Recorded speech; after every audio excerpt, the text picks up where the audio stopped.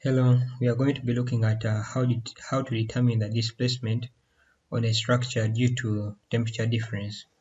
So given the structure below, under a rigid support at point A, if at all the temperature inside the structure is T2 and then the temperature in the outside part is T1, and we are given that T1 is equal to T2, and then alpha, which is our coefficient of expansion, say is a constant.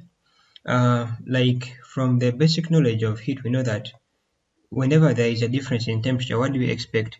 We expect to have a what? We expect to have an expansion at the side at which temperature is greatest. So in this structure here, we shall have a deflection of this nature, something like that. So we see that by the action of temperature, the point B and then point C have some magnitude of deflection that is induced. So our interest is to see how we calculate the magnitude of these displacements due to the action of temperature. This B and H, these are the cross-sectional dimensions of this structure here. Our calculation is given by delta is equal to summation of the force times the coefficient of expansion, then times T0 ds, then plus the moment that is got from the bending moment diagram times the alpha, and then times the temperature difference, then divide by the height of the structure, then times ds, that is a small change.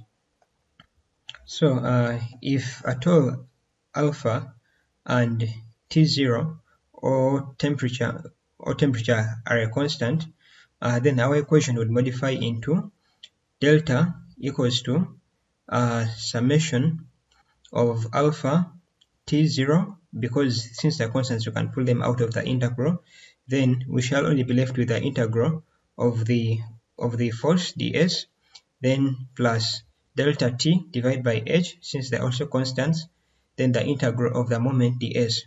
So from our observation, the integral of force times ds, this one here would be an integral of an area. Like this integral is equivalent to the area of a particular region. Then even this one here, for the moment, this is just simply an area, as you shall see as we go on. So from the equation here, our T0 would be the T0 is the temperature that is at the middle point of the cross-section area at a point such as this one here. If let's say this is the middle axis of this cross-section, so the T0 is the temperature at this point. So let's say if this is T1 and then this is, sorry, if this is T2 and then this is T1, our T0 is a temperature at this middle section. So the temperature at this point here is derived by the average of the two temperatures, like T1 plus T2, then divide by 2. Then our delta T, that is just simply the temperature difference. So we calculate it by taking the T2 minus T1, that is the higher temperature, minus the lower. So having got the equation that we use for calculation, let's go through the steps that we take in the calculation process. The first step is that we have to add a unit force at a point whose displacement is required. So for example, if we want to find the displacement at a point C, we would have to add a unit force at this point here, C. Say this is Fp is equal to 1. So after us doing that, we draw the bending moment diagram and then the axial force diagram. Then after doing that, we come and calculate for the T0 and then the delta T. So having got the value of T0 and delta T, we input them into this equation here, and then we calculate our displacement delta. However, we've also got to take considerations about the signs. The sign convention that we use as follows. From the axial force diagram, the tension is positive and then the compression is negative. Then, in case of temperature, the temperature increase is positive and then the temperature decrease is negative. So we shall, by example, get to see how we do apply these steps and then how we put into consideration the sign convention. So below is our first example, and in this example we've been given a structure of this nature here, and we've been given the cross-section dimensions. Its height is 60 centimeters, and then the spans of the beam and the column we have 6 meters. Then we have the coefficient of expansion as 0.001 degree. Then we have got our temperature. T1 is equal to 0, then T2 is equal to 10 degrees Celsius, and then we are required to find the vertical displacement at a point C. So we are going to be following the procedures as we said. If you remember, we said that the first step is we are supposed to add a unit force at a point whose displacement is required, and then we draw. Then the second one was that we draw the bending moment diagram and the axial force diagram due to the action of the force at that point. Okay, so we begin by drawing the bending moment diagram. So we're saying that we come and add a unit force of magnitude 1, Fp is equal to 1. So we see that this section here would be a cantilever beam. So it would be of this nature like this, with the magnitude as force times the distance. Here we shall be having a 6. Then we know that at this part here, the bending moment diagram, the magnitude of the moment would be the same as on this section here. So at this part, it will just be continuous like that, and then it will be coming down like that.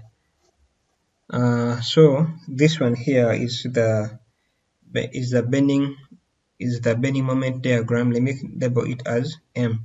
Yeah, and then for the sake of the axial force diagram, we shall be following the same steps. We add a unit force, Fp is equal to 1. Then we know that we shall be having a reaction in the bottom. We shall be having the vertical reaction, which is also equal to a 1. So by the fact that we have this vertical reaction, we see that this column here would be under compression. So therefore, we shall draw our axial force diagram like this, with a negative sign since it's compression, and then the magnitude is a 1. So let me label it as Fn diagram.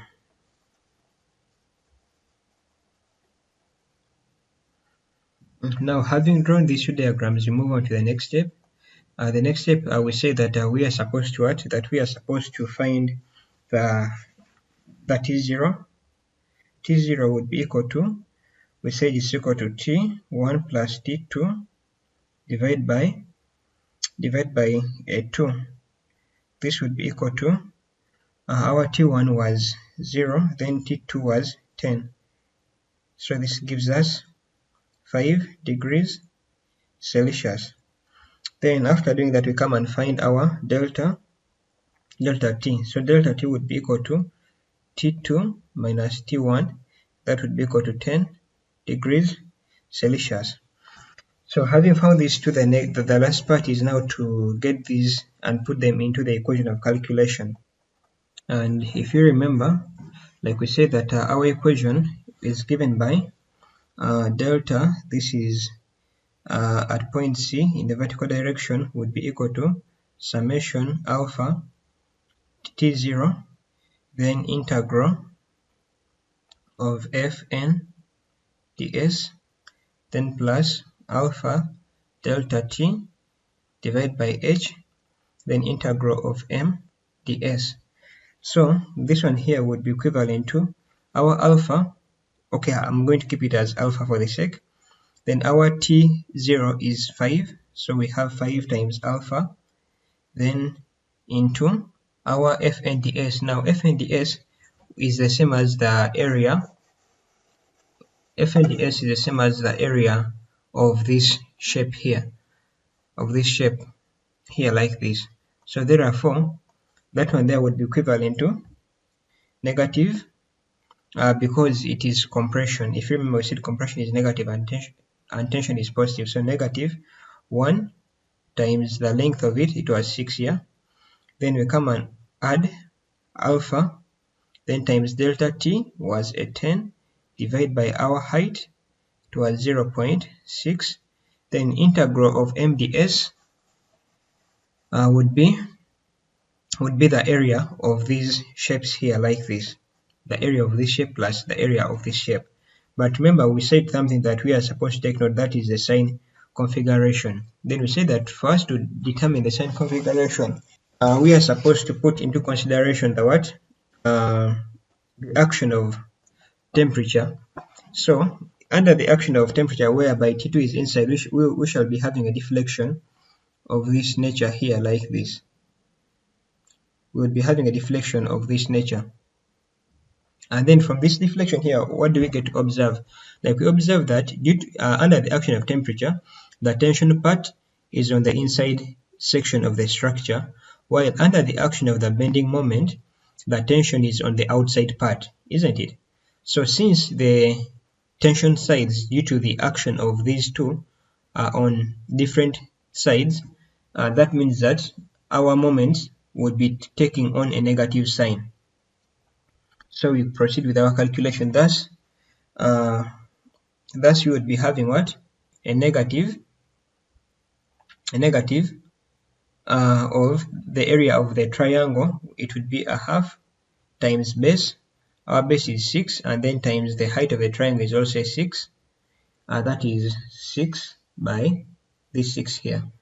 Then plus we come to the rectangle. So it's also of height 6 and then length 6, like that. So when we work out this, this one will be giving us negative 30 alpha, then minus 900 alpha. Then this gives us the final answer as delta C in the vertical direction would be equal to, supposed to be negative 930 alpha. This negative means that it is in the opposite direction as indicated. Thus, I can write it also as 930 alpha, but then in the upward direction. And that's our answer. Okay, let's look at our next example. So in the next example, we are given such a structure like this that's supported by 2 hinge joints, and there is one more hinge that connects them up at the center here. The center point, let me label it as C. Actually, let me use a different ink. Let's say that this is point C at that hinge. Then we have been given that alpha, we have been given alpha and h. Then we are requested to find the vertical deflection of point C. So this question here is not different from what we just looked at before. We are still going to be following the basic steps that we laid to be able to calculate the deflection. First of all, we shall have to draw the bending moment diagram, and then the axial moment diagram, then find the T0 and then the delta T, then input them into the equation of calculation. We begin with the construction of the bending moment diagram, and we say that we have to add a unit force at point C. Since it's in the vertical direction, we shall add our unit force at that point. Let's say we're naming it Fp is equal to 1. So if this is a 1, since the structure is symmetric, we shall find out that this reaction at this hinge in the vertical direction, we shall be having a half. Then even at this point here, we shall be having a half, since action and reaction are supposed to be equal but opposite. Then after that, if at all I take moments, Say for example, at this point, because I know that at a hinge I'm supposed to be having how many reactions? 2 of them. I can get to calculate the reaction at this point. So when I take moments at that point there, I will find that my reaction here would be equal to a half. Then using the law of action and reaction, I'll find that even this side I'll be having my reaction as a half. So having done that, we come and construct our bending moment. So from this section here, we have this half that is acting horizontally on this section from this point up to this point here. It resembles a cantilever beam. Thus, it pushes when it pushes this way. This back part here would be under tension. Thus, we shall be having a bending moment diagram of this nature. Since we have no any other shear in between, it will just be such a smooth line of magnitude 4 times distance. That's a half times 6. That would be a 3. Then we know that if at this point we have magnitude 3, automatically at this point we shall also be having the same magnitude 3. And then we know that at a hinge, the moments are equal to 0 since hinges don't transmit moments. So knowing the value at this point being a 3, and then this is a 0, I can just connect up a straight line since I have no other force acting in between that span. So since the structure is symmetric, I know that at this side it will just be like that on the right hand side. But to try to explain more, like we see that if this half here pushes this way, this outward part of the structure would be under tension. So I would be having such a bending moment diagram, and it is a smooth line because I don't have any other force acting along this span. Then this one here would be given by force times distance, half times 6, that would be a 3. Then if this one here is a 3, even at this point I'm supposed to be having a magnitude of what? Of 3. So knowing that this point is 3, and then even this point here is what? Is a 0, since it is a hinge. And then since I have no any other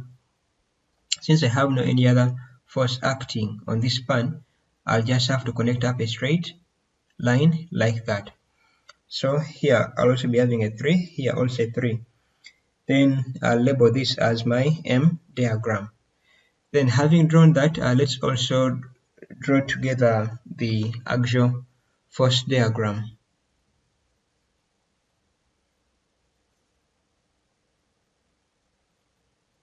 So for the axial force diagram, our reactions of course would be the same as we had them above.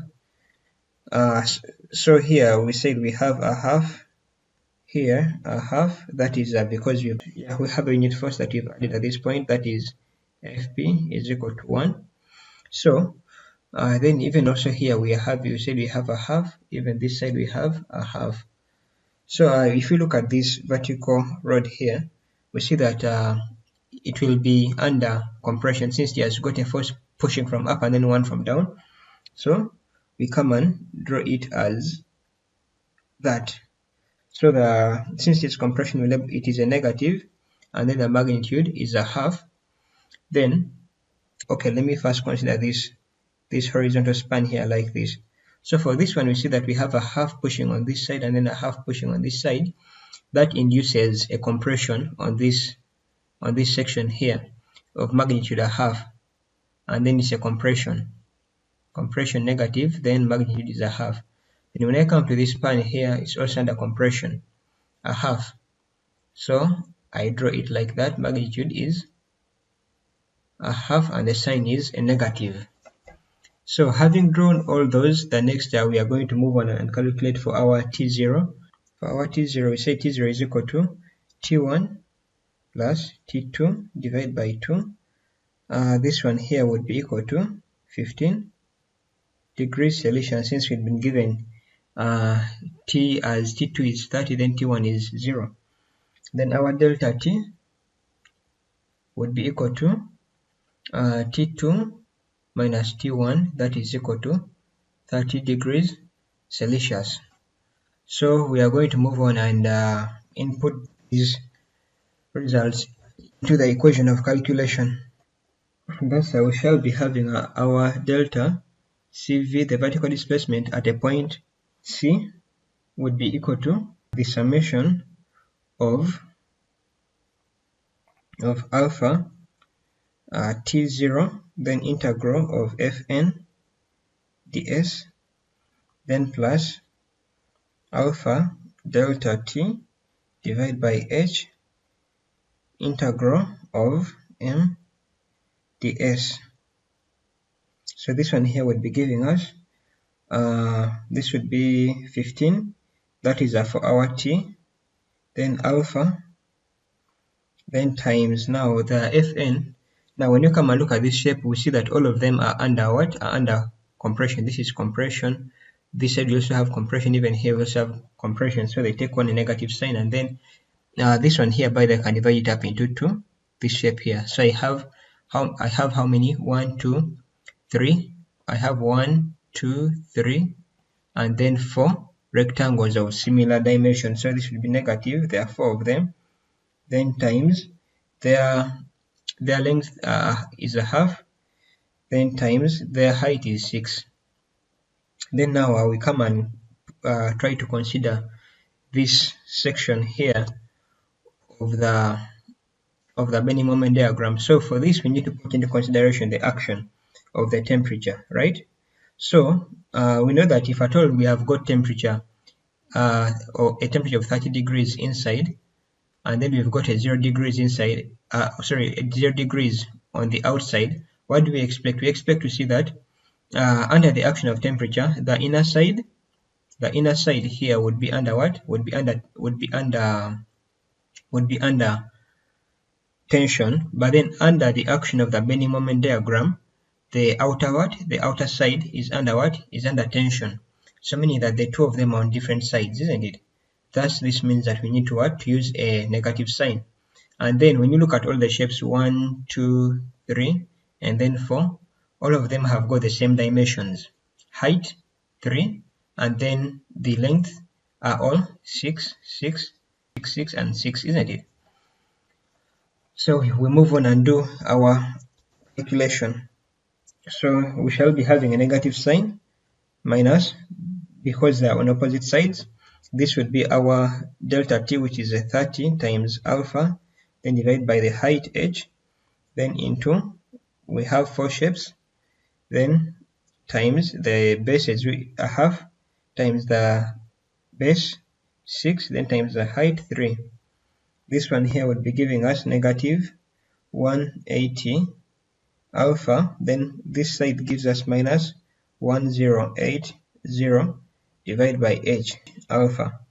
Yeah, so this negative sign here implies that that the direction that we gave initially is opposite to the actual direction of our deflection, meaning that the deflection, in other words, goes upwards.